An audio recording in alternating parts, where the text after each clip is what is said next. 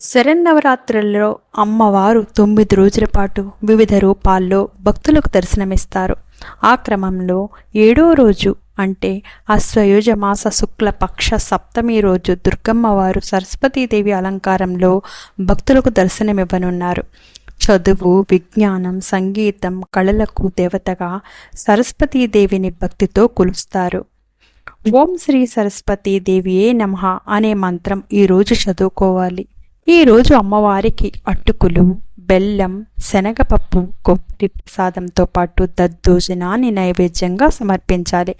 ఇక సరస్వతీదేవిని తెలుపు రంగు చీరలో అలంకరిస్తారు.